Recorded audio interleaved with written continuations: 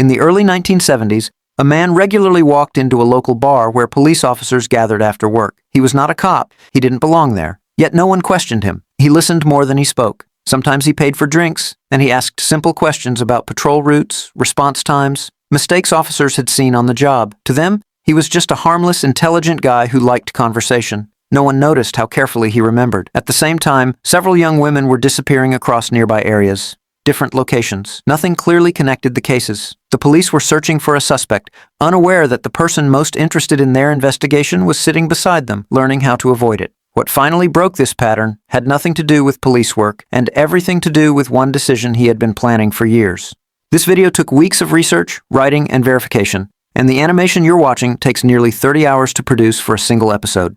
Every case requires paid research, editing, and careful review to keep the quality and accuracy consistent. If you want more documentaries like this, consider subscribing. It directly supports the work behind these videos and allows this channel to continue telling stories that demand time, precision, and effort. Ed Kemper's background does not begin with violence. It begins with control. He grew up in an environment where authority was constant and personal boundaries barely existed. His mother was dominant, verbally abusive, and openly contemptuous of him.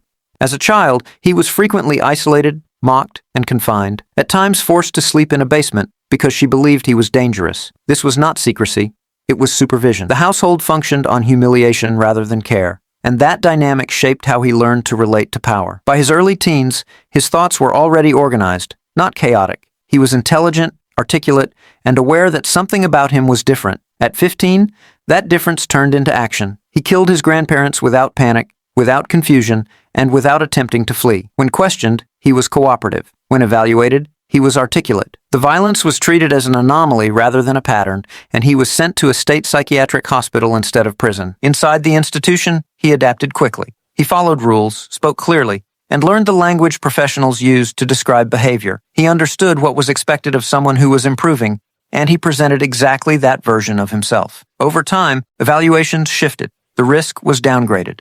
Objections from some staff were overruled. His intelligence was interpreted as insight. His calmness was interpreted as stability. In 1969, he was released. The decision was procedural, not mysterious. The system believed what it could measure. He was paroled with conditions, one of which placed him back into the same environment that had defined his childhood. He moved in with his mother again, now as an adult, carrying unresolved hostility, dependence, and resentment into a space that had never allowed separation. From the outside, this looked like rehabilitation. From a logical standpoint, it was reintroduction. The earlier violence had not disappeared. It had been paused, analyzed, and refined. The background of this case is not about neglect or impulse. It is about how long-term psychological pressure can coexist with intelligence, compliance, and apparent self-control without ever removing the underlying capacity for deliberate harm. This video is shorter than usual because it's part of a larger documentary that's still in production. I didn't want to disappear from the channel while finishing the full episode, so I'm sharing the opening portion for now.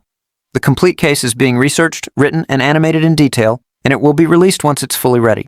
Thank you for staying with the channel and supporting the work while the full documentary comes together.